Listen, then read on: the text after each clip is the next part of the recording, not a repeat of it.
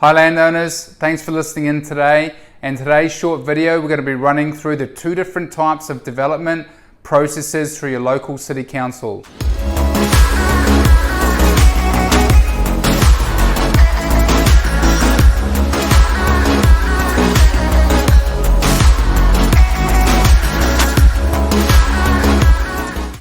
Now this is important to you if you believe your land has development potential and you're looking to maximize the sales value as a development site.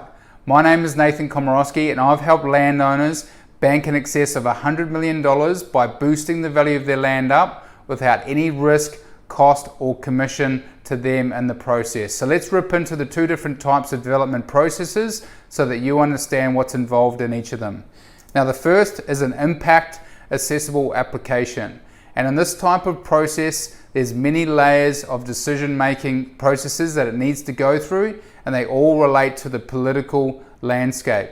Now, what an impact assessable application is we're looking to change the use or the zoning from one use to another use. For example, your land might be zoned as residential, and the council wants to see homes be constructed or built on there, and a developer who's looking to develop on your land is changing the use to a commercial use, or is attempting to change the use to a commercial use, like a small shopping centre, a childcare centre, or something of that nature.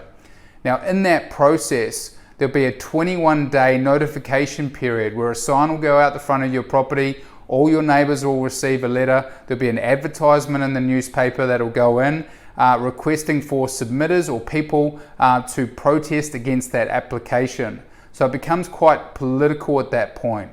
Now, if your application or the application that goes in on your land receives a number of protests or submitters, then it will go to a vote. It will go to the local councillor vote, and the majority will say either yes or no, and that will determine whether your application on your land gets up and ultimately whether the deal is completed. The second type is a code assessable application. This is when we're lodging an application directly within the guidelines and the planning scheme and the code of your property. So if your property is zoned residential and there's an application going in on residential and it meets all the code and the guidelines, it'll get stamped by the town planners and the engineers and the local council. All that other political risk and political decision-making ability is not involved in this type of application.